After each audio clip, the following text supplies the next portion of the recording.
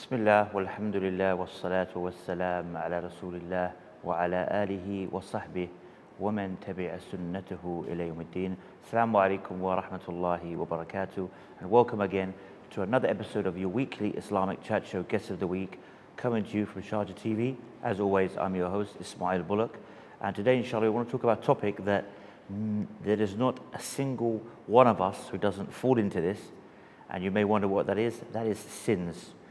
And we're going to discuss the various sins, levels of sins, and inshallah some tips on how to avoid sins and try to correct ourselves. And to do that with me is no stranger to the show, Ustad Muhammad Tim Humble. Assalamu alaikum. Wa alaikum assalam wa rahmatullahi wa barakatuh. Jazakallah khair for coming on.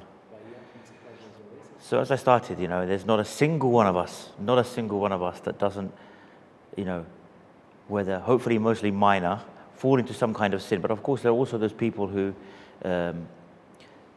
sometimes slip up. They may fall into major sins. So today we want to shed some light on the sins in general, the seriousness of sinning, how to avoid them.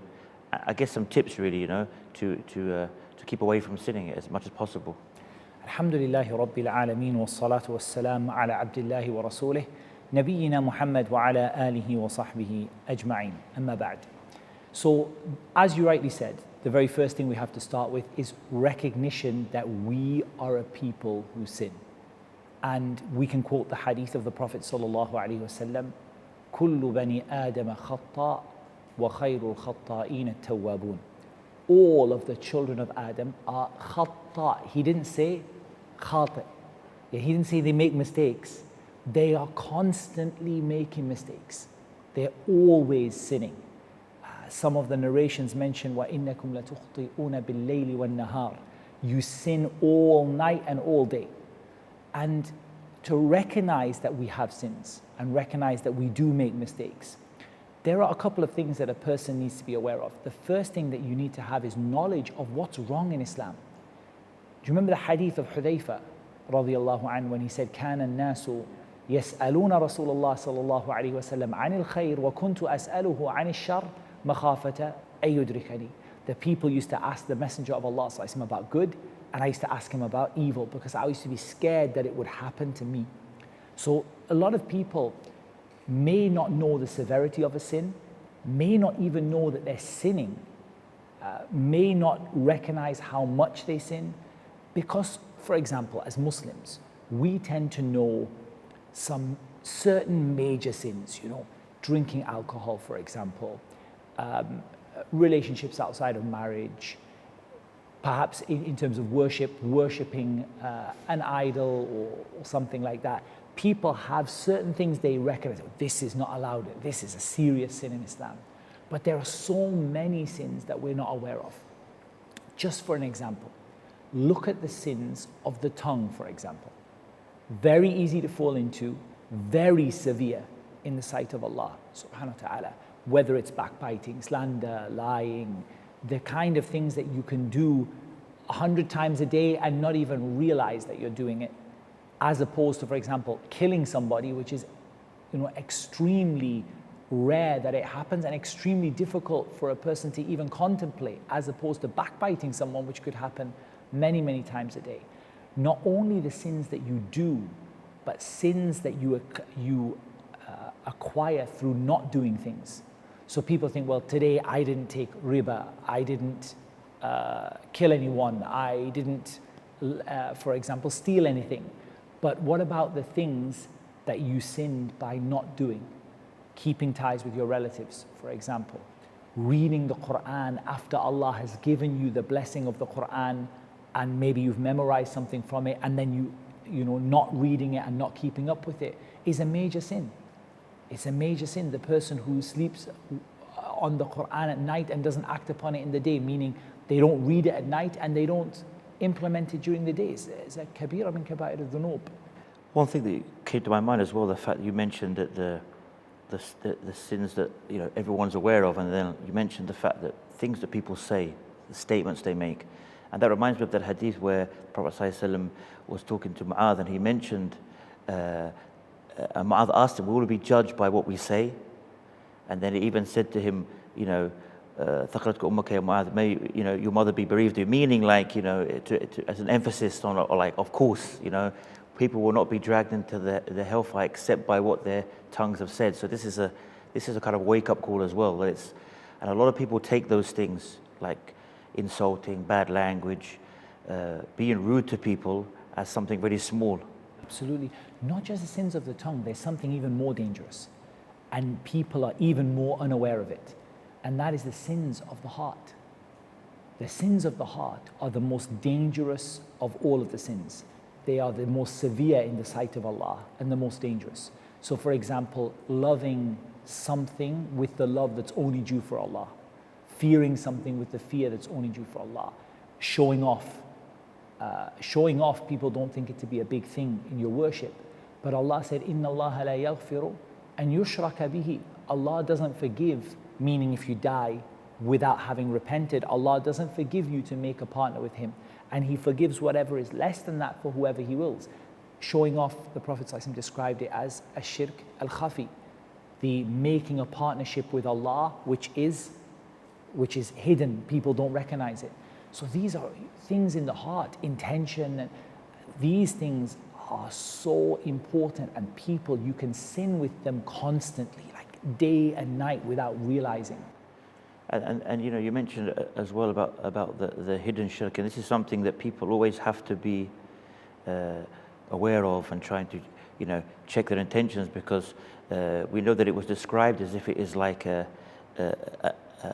small black ant in the darkest of the night, meaning like it's so hidden that who would see from us would see a small black ant in the dark night. That's how hidden it is. So we should always, because a lot of people, again, they say that no, I'm very far from showing off. I'm so far, I'm okay when it comes to that. But if it's so hidden, are you really okay? In that absolutely. كنملة سوداء على صخرة صماء في ليلة ظلماء, like a black ant on a smooth, dark rock in the middle of the night.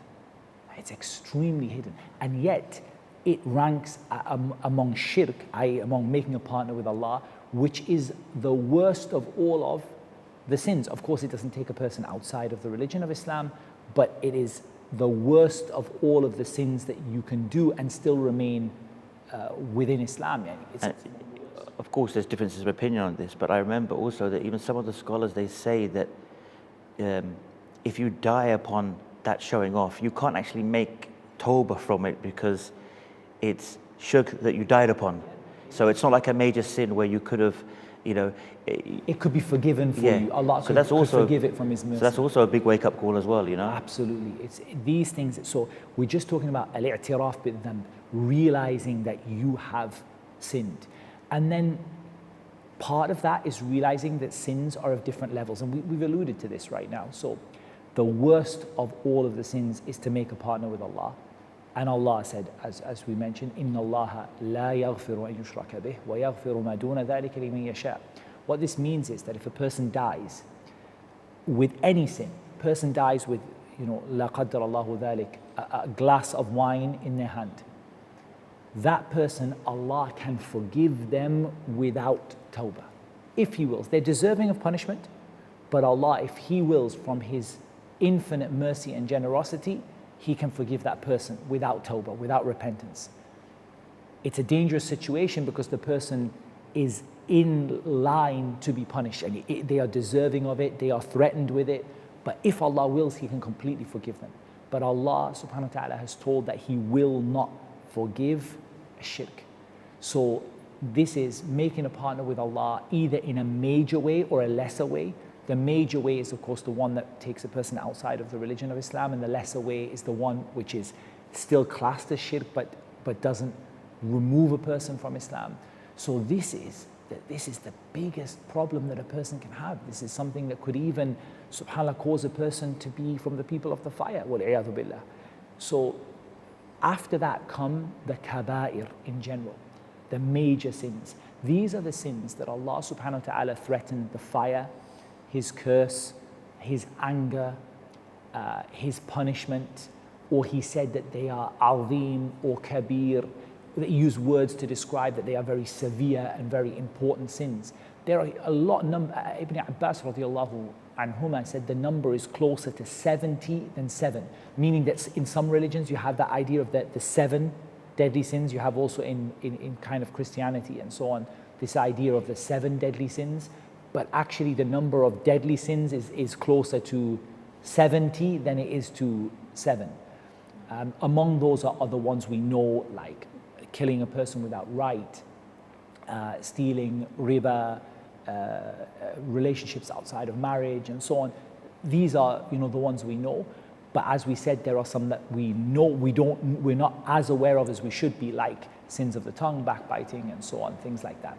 There's something else that comes to mind as well. We have some of these hadiths of the Prophet ﷺ where, he says, "La yu'min," the person is not a true believer.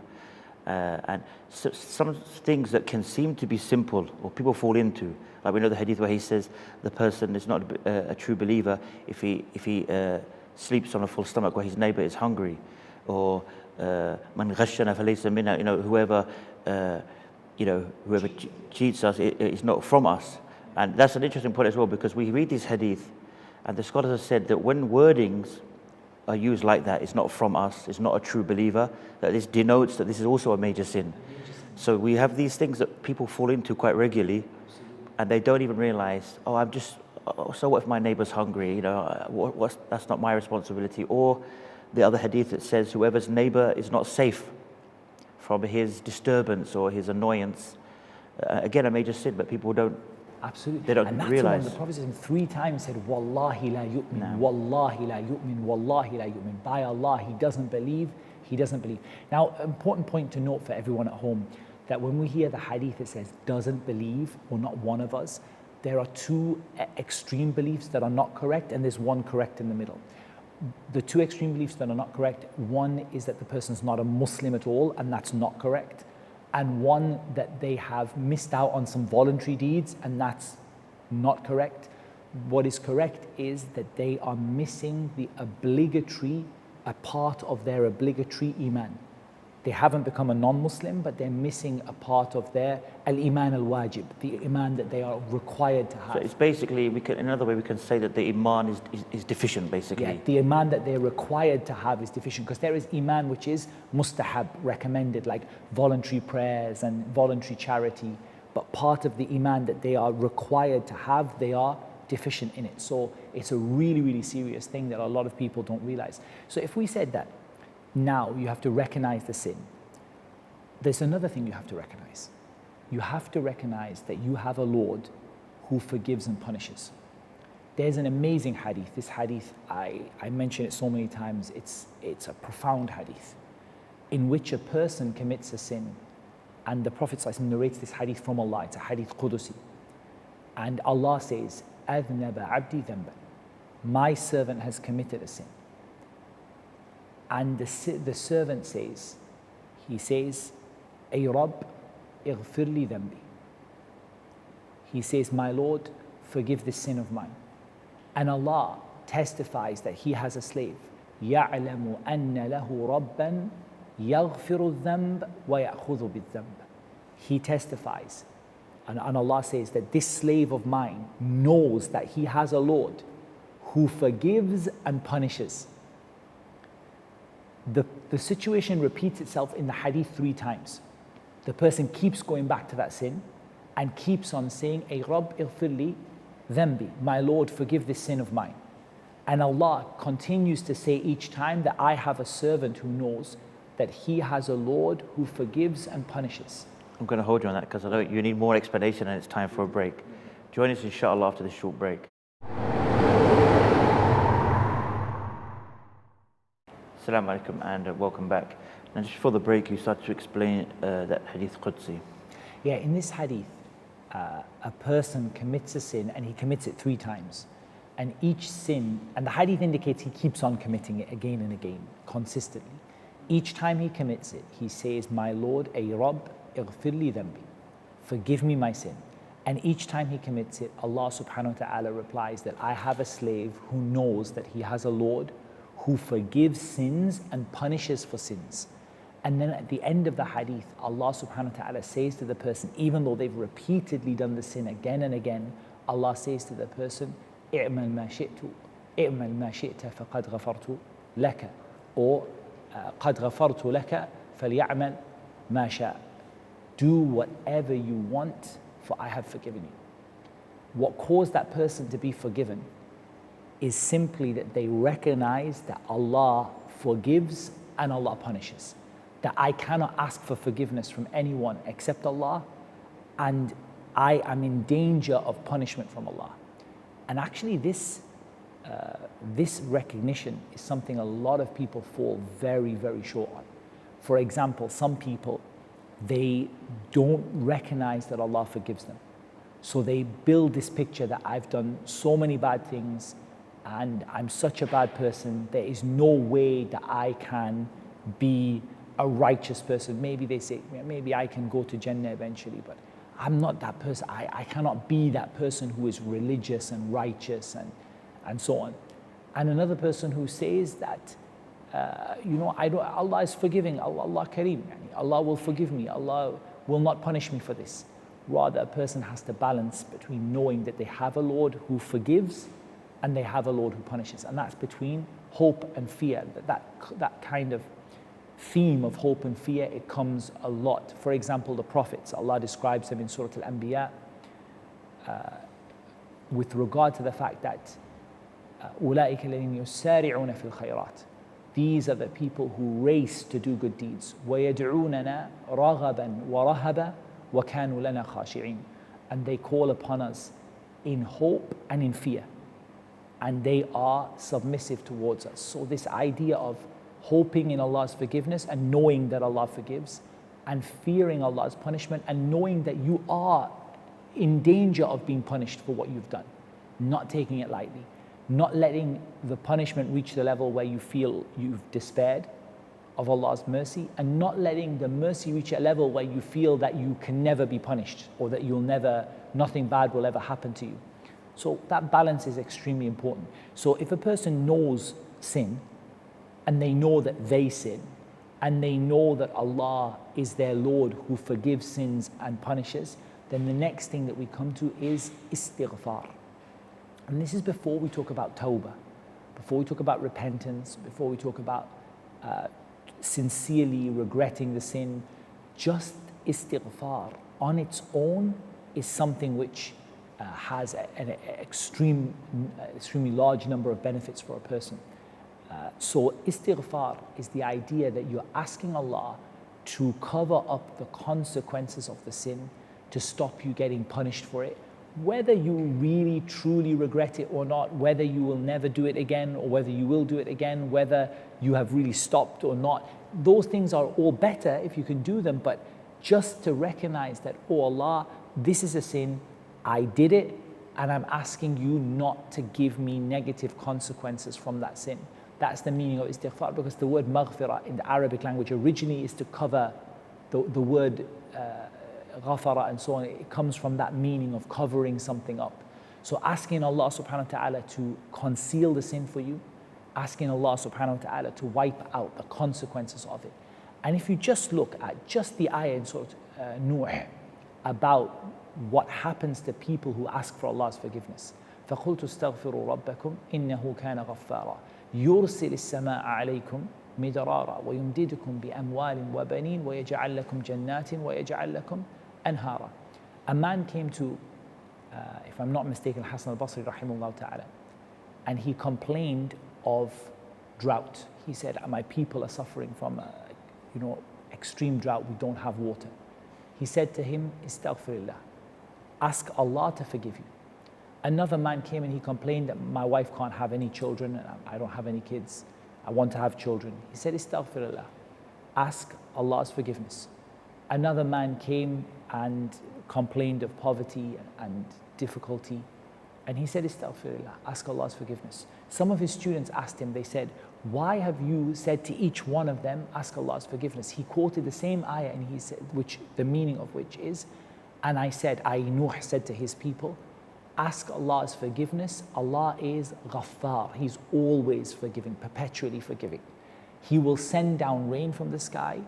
He will bless you with wealth and children, and He will make for you gardens, and He will make for you rivers. All of that just from istighfar, not even regret, just from istighfar, from saying that, oh Allah, I committed a sin and I'm asking you to forgive it for me, and I'm asking you to not to punish me for it.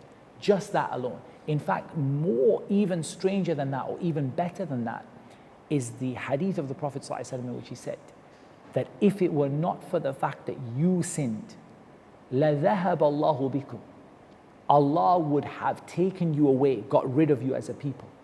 And Allah would have brought وَلَجَاءَ بِقَوْمٍ يُذْنِبُونَ, a people who sin, وَيَسْتَغْفِرُونَ اللَّهَ فَيَغْفِرُ لَهُمْ أَوْ كَمَا قَالَ. He said that they would ask Allah's forgiveness and Allah would forgive them. Allah caused us, or put for us, the means by which we sin in order that we seek forgiveness. That's why sin exists in this world, so that you can know that your Lord is Al-Ghafur, Al-Ghaffar, Al-Tawwab, Al-Rahim, Al-Kareem, Al-Wadud, Al-Ra'uf, that you know Allah, because you recognize when you sin, you realize that, okay, I sinned and I need now my Lord, and I need to know who my Lord is. And so through sin, you know Allah. That doesn't mean sin is a good thing in itself. It's not a good thing to disobey Allah. But Allah caused these means of sinning to exist. And one of the wisdom, or part of the wisdom in that, is that you ask Allah's forgiveness. In that sense, in terms of asking Allah's forgiveness and recognizing that you have a Lord that forgives and punishes, this is something which has a huge number of benefits for a person, even if the person hasn't really got to that stage of complete regret. Because people may listen to a lecture on Toba, on repentance and so on, and a person might get to the point where they say, I don't know if I could ever do that. You know, if you listen to a lecture where the Shaykh is explaining, Ya ayyuha alladhina amanu tubu ila Allahi tawbatan nasuha, all you who believe, repent to Allah with sincere repentance, you honestly feel like it's tough. And we're going to come to, inshallah ta'ala, what it means to repent and so on. But at least to recognize that Allah forgives, and to ask for His forgiveness and plead for His forgiveness, even if you're still struggling with that sin, even if you're finding it difficult to leave. SubhanAllah, that in itself, it's not just that you get the sin wiped out, it's that you get blessings from Allah because of that recognition. Another category, I guess you could say to some extent, or the status of the person is, which is very dangerous as well, is those who are the majahirun, the ones who do the sins publicly, the ones whom Allah's hidden from the people their sins, and then they go and boast about it. And we can relate to modern times, because maybe in the old days it would have had to have been someone goes home and sleeps, wakes up the next day, then goes to the village or whatever it is and says, hey guys, I did this last night. But now people are doing it like instantly on social media platforms. So this is a big problem as well, because we see so many people doing that. There are actually two things that are opposite to one another, and both of them are huge calamities. One is al-mujahirun, the people who expose their sins, and attached to that is also exposing the sins of other people. So the people who expose their sins and the sins of others. This is a huge problem, because those people, Allah had concealed it for them. And if you remember the hadith about the Day of Judgment, when Allah is alone with His slave and Allah covers His slave and says, didn't you do this sin? Didn't you do this sin? And the slave confesses that, yes, my Lord, I did all of it, until the slave believes that they are going to be from the people of the fire. And then Allah says to that slave that, as I concealed that sin for you in the dunya, I have forgiven it for you in the akhirah.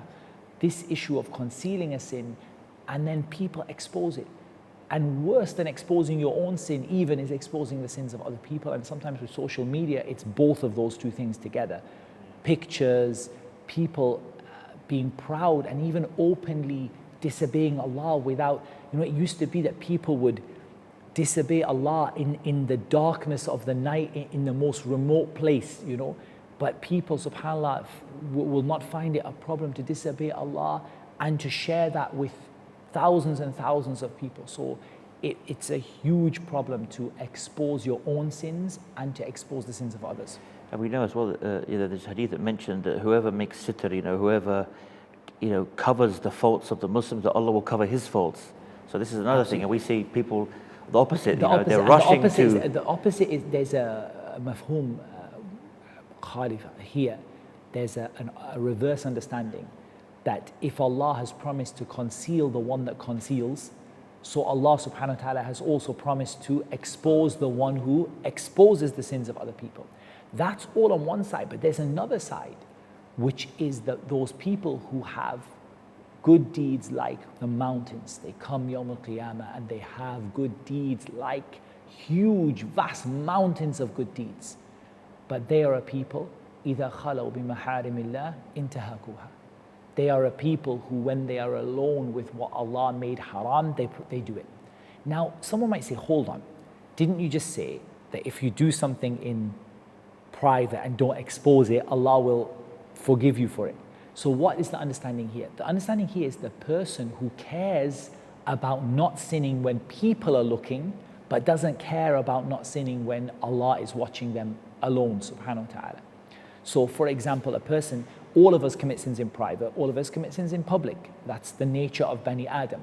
But the idea is not that, when people are all there, so I'm on my best behavior, I'm not going to sin, I'm going to do my very best to show a practicing face, and then as soon as the door closes, it's like, right, freedom now. You could say that's their habit, their general demeanor is in public, they're very good, and in private they're completely different as a regular thing. Yeah, absolutely. Not that they fall into it from time to time, like we mentioned. Absolutely, that it's a regular thing, and it's often accompanied by a lack of concern about sinning in private, not taking that seriously.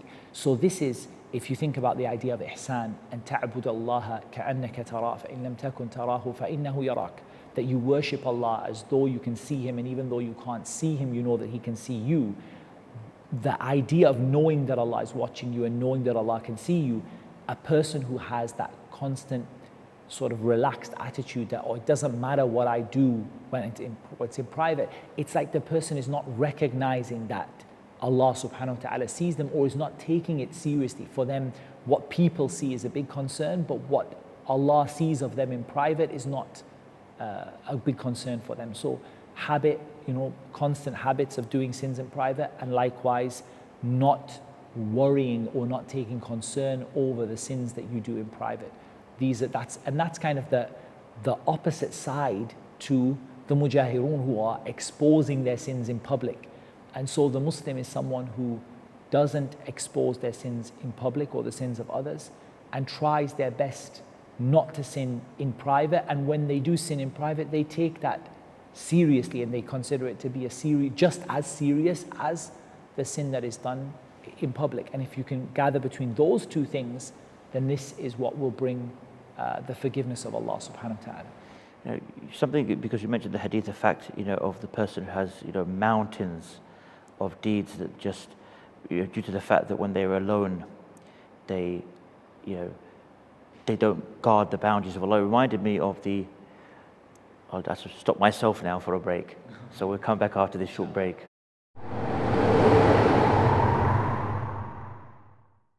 Assalamu alaikum and welcome back.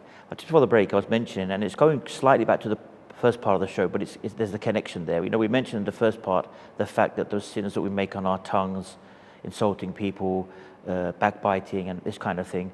And that when you mentioned the hadith about the deeds being like mountains, it reminds me of the other hadith that says people will come with, again, mountains like tuhama, mountains of deeds, and they will become scattered because they'd insulted this person, they took the wealth of that person. So again, that makes someone reflect, like, I have deeds that are like, Mount Everest, for example, and then they're gone away. Because I insulted. I made it, and we see people do it regularly. Could that insulting? People often look at this as being insulting, that you have to go to work, or your family or friend. It could be you insulting somebody, and we see that a lot. When you're driving your car, every day someone annoys you, and you're insulting every day somebody in the car. You dog, you whatever it may be. You can come within the category of that hadith. Absolutely. Just by doing that. And what did the Prophet said? He said, "Atadruna man al-muflis." Do you know who the bankrupt person is? And the Sahaba radiallahu anhum, they said, the one who doesn't have any dinar and dirham, the one who's got no money, that's the bankrupt one. The Prophet said the one that bankrupt is the one that comes with these mountains of good deeds on the day of resurrection.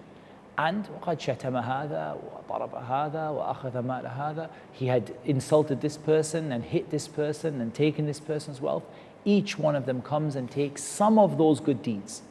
Until there are no good deeds left, then the next people start putting their bad deeds onto that person. And that person is then taken into the fire, wrapped up and taken into the fire of Jahannam.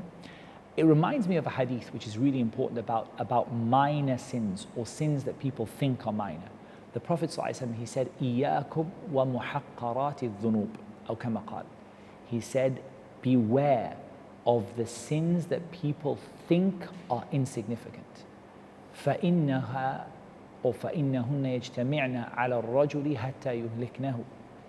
He said, أو كما قال, that these sins come together around a person until they destroy him. And he gave an example. He said, like a people who gather together in the desert, and the food of the people comes there, their food to cook.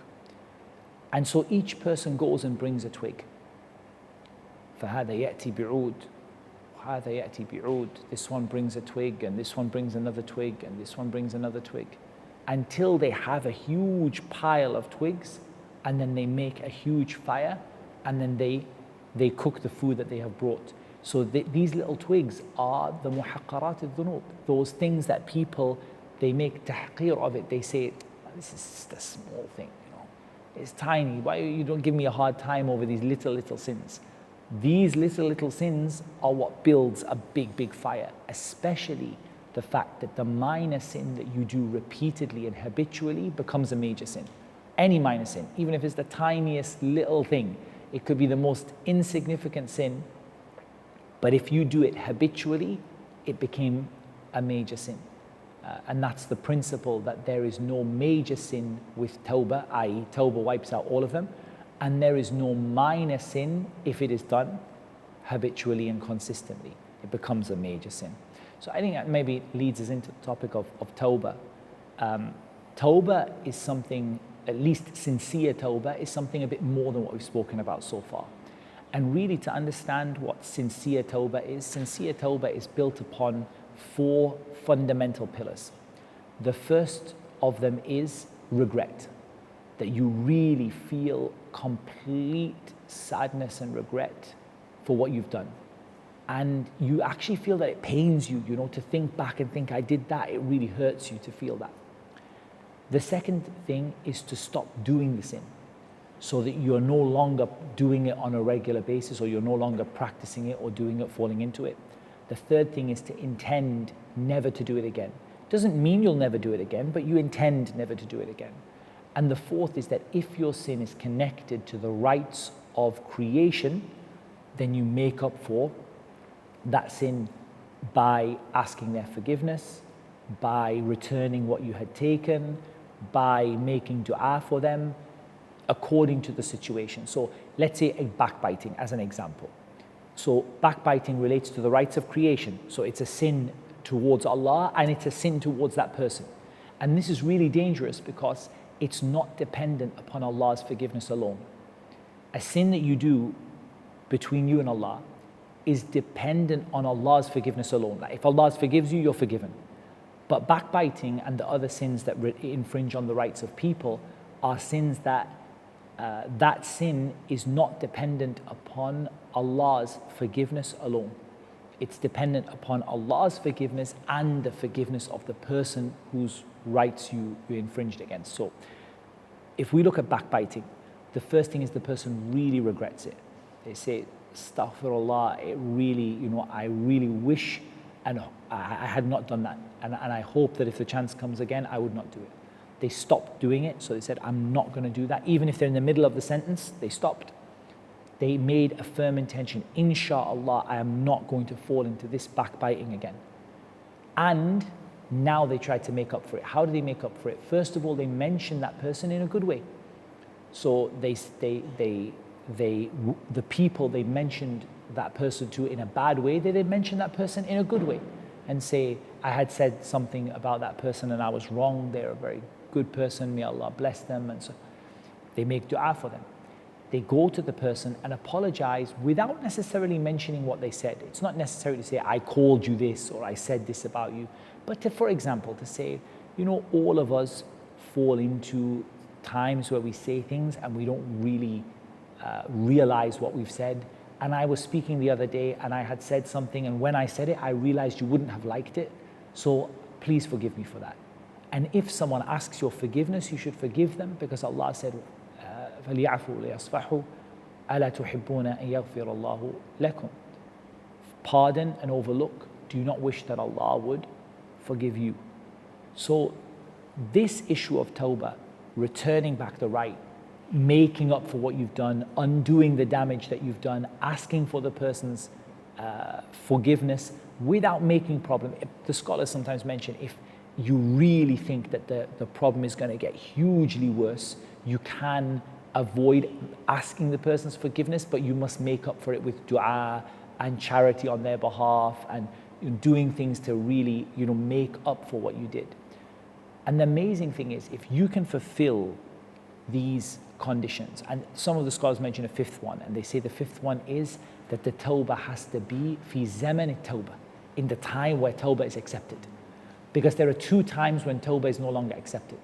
The first time when tawbah is no longer accepted is تقبل التوبة ما لم أو تقبل توبة العبد ما لم يغرغر أو كما قال. That the tawbah of a servant is accepted as long as the soul doesn't reach the throat, as long as they have not reached the point of death. And the person who reaches the point of death and says, Inni tubtu al-an, I've now repented, that person, وَلَيْسَتِ التَّوْبَةُ عَلَى اللَّهِ. The tawbah is not, Allah will not give tawbah to that, will not accept the tawbah of the person who does a sin, حَتَّى إِذَا حَضَرَ أَحَدَهُمُ الْمَوْتِ, until one of them who the death reaches them, قَالَ إِنِّي تُبْتُ الْآن, now I've repented. The second time that tawbah is not accepted is أَن تَطْلُعَ الشَّمْسُ مِن مَغْرِبِهَا, that the sun rises from the west. And that is the statement of Allah Azza wa Jalla, يَوْمَ يَأْتِي بَعْضُ آيَاتِ رَبِّكَ, on the day when some of the signs of your Lord will come.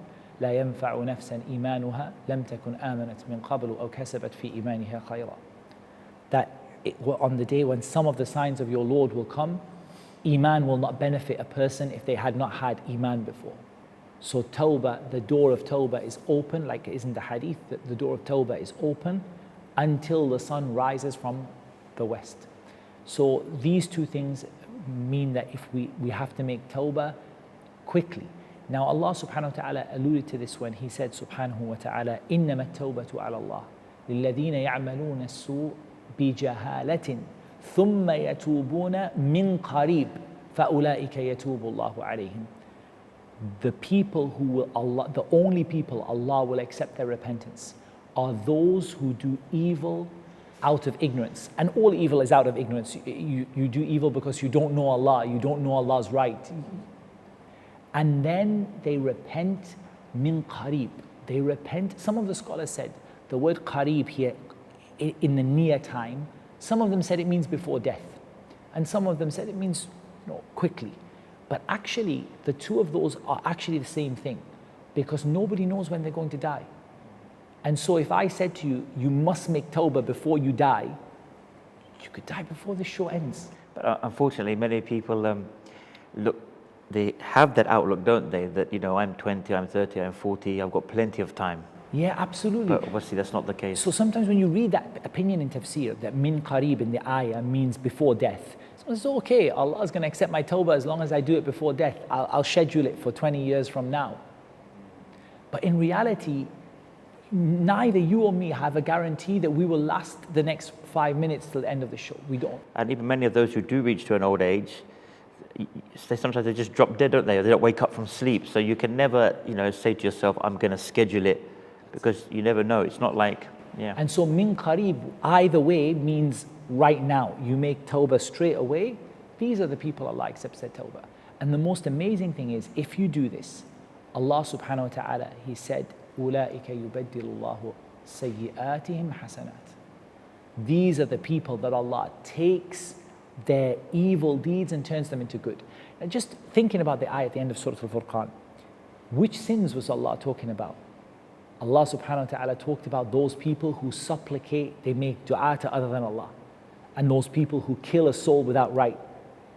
Those people who commit zina. Allah subhanahu wa ta'ala, after mentioning these huge sins, Allah subhanahu wa ta'ala said after about the one إِلَّا مَنْ تَابَ وَآمَنَ وَعَمِلَ عَمَلًا صَالِحًا, the person who repents and believes and does good deeds, Allah said about those sins, أُولَٰئِكَ يُبَدِّلُ اللَّهُ سَيِّئَاتِهِمْ حَسَنَاتٍ. Those people, Allah takes their evil deeds that they've done and replaces those evil deeds with good deeds. And that reminds me of the hadith of Mu'adh, in which the Prophet ﷺ said, اتق الله حيث ما كنت وأتبع السيئة الحسنة تمحها وخالق الناس بخلق حسن. That have taqwa of Allah, be obedient, protect yourself from Allah's punishment through obedience wherever you are. Follow up a bad deed immediately, because the word atbi' here means right away, straight away. Follow up a bad deed with a good one, it will wipe out that bad deed, whatever it is. Some of the scholars, they mentioned that it's even better if you can do a good deed from the same category of deeds as the bad deed that you did. So for example, if the bad deed was taking something without right, the good deed might be sadaqah, for example, in the same style or the same category, the same context as the one that the bad deed that you've done, then Allah subhanahu wa ta'ala wipes it out. Imagine that you've done all of these sins, you come Yawm al-Qiyamah, and some of the scholars said you won't even find them written in your book. Not at all. Some of them said you'll find them, but they will be like cancelled out. And then you look and you say, where are these huge mountain of good deeds from? I didn't do these. And somebody says to you, these good deeds, these were the haram that you did. But Allah changed all of it for good because you fulfilled the conditions of Toba. Well, we could probably keep on going in these, mashallah, very, very beneficial topics, but we've pretty much come to the end of today's show. So Jazakallah khair for sharing that with us. And for the viewers, obviously, may Allah reward you for tuning in. And we've seen here the severity of sins, how some sins that we don't look at as being major sins are in fact major sins. The fact about doing your sins in public. We had very good tips here on how to, inshallah, try and avoid sins and what to do if and when, which no doubt we will sooner or later fall into some of these sins, on how to take the steps, inshallah, to repent from those and do our very best to stay away from sinning. And an important lesson to end on is that we all sin. So if you do fall into sin, as Ustad Muhammad Tim Humble is, don't say to yourself that whatever sin you've done is too much for Allah to forgive, because as we've heard, that is not the case, inshallah. And as always, until next time, same place, inshallah, I leave you as always with the greetings of Islam, the greetings of peace. Assalamu alaikum wa rahmatullahi wa barakatuh.